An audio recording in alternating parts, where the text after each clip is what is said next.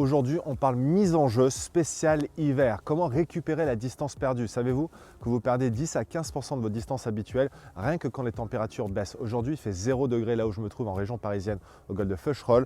Et sur les mises en jeu, puisque vous perdez ces fameux 10 à 15%, je vais vous montrer 3 étapes clés que vous devez mettre en application durant votre mise en jeu pour vous permettre de récupérer ces distances perdues. Alors les 3 éléments qu'on va voir dans cette vidéo, c'est comment optimiser le driver que vous avez actuellement, comment choisir la bonne balle durant l'hiver et comment adapter sa technique face au fait que durant l'hiver, quand il fait froid, on manque de mobilité. Manque de mobilité égale manque de rotation dans le swing, manque de rotation est égal manque de vitesse. Donc je vais vraiment vous expliquer étape par étape comment améliorer ces 3 éléments-là.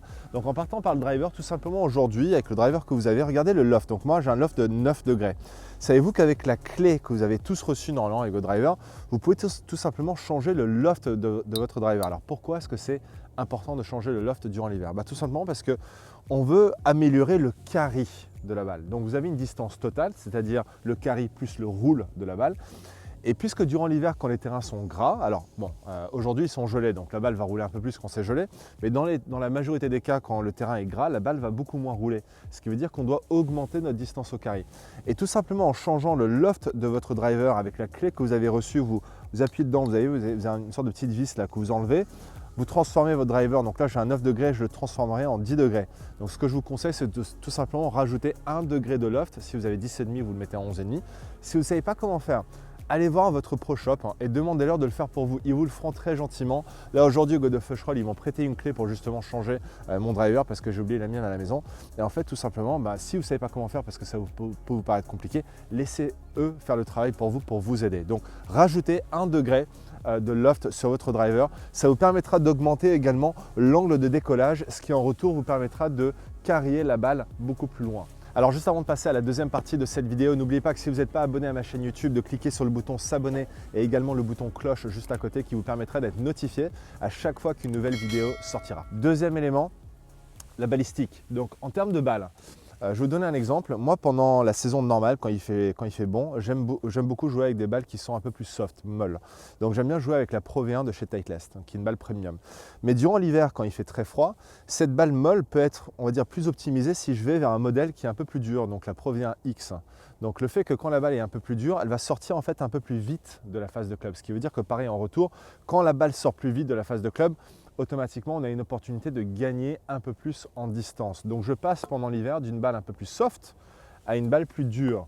Donc évidemment, ça n'a pas forcément besoin d'être ce modèle de balle, mais choisissez, allez voir encore une fois votre pro shop et demandez-leur, tiens, quelles sont les balles qui sont un peu plus dures que celles que je joue actuellement dans mon sac. Vous allez voir que vous allez voir un expert qui vous donnera les bons conseils. Juste avant de passer sur la partie technique, donc comment adapter son swing par rapport à ces températures au froid qui limitent nos rotations dans le swing.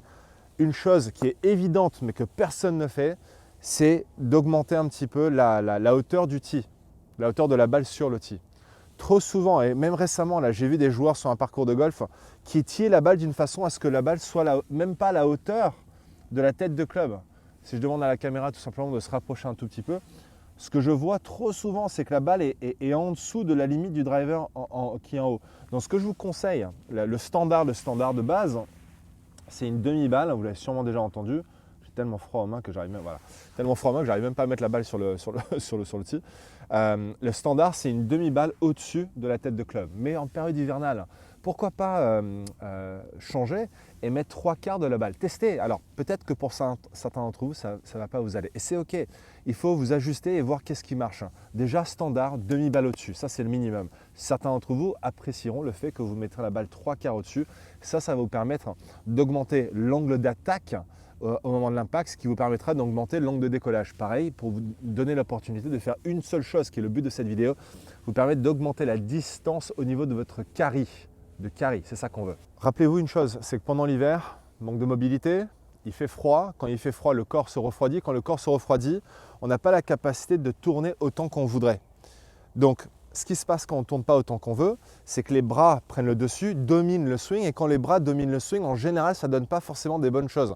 Ce qui se passe, c'est qu'on va diminuer la vitesse de club, déjà de 1, parce que le moteur du swing, rappelez-vous, ça restera toujours le corps. Donc le corps entraîne les bras, ce qui permet de générer notre potentiel ou notre maximum de vitesse de club possible.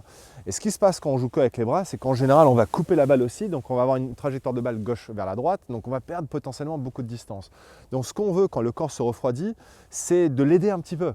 Et on veut l'aider en fait à travers notre setup. Donc dans notre setup, quelque chose de très facile que vous pouvez faire, c'est évidemment placer la balle sur la partie avant de notre stance. Donc moi j'aime bien le placer en face de mon épaule gauche, d'accord, parce que je suis un joueur droitier. Mais la chose surtout que je vais adapter, que je vais changer, c'est ma position du pied droit. Donc mon pied droit qui est habituellement placé devant moi, donc je vous donne un exemple. Quand mon pied droit est habituellement placé devant moi dans la position 12 heures, donc quand je suis à l'intérieur d'une aiguille d'une montre, devant moi c'est 12 heures et mon pied droit c'est mon aiguille.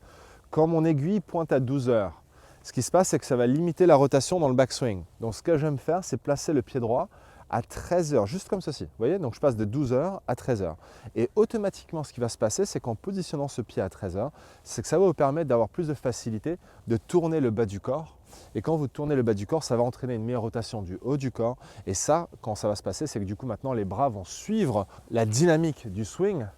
Et c'est ça qui va vous permettre d'entraîner une bonne vitesse de club et aussi une bonne vitesse de balle, qui est la qualité de votre frappe de club. Donc la balle va sortir très vite de la phase de club, plus vite qu'habituellement, parce que justement, il y a une meilleure rotation du corps. Donc faites 2 à 3 coups d'essai avant de taper, d'accord? Vous arrivez devant votre coup, pied droit 12 heures, je l'ouvre à 13 heures, et là à partir de là,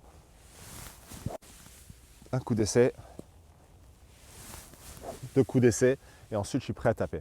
Dans mes coups d'essai, la sensation est très agréable. Je viens de sentir que quand j'ouvre mon pied droit, dans mon backswing, c'est l'importance en fait de ces coups d'essai.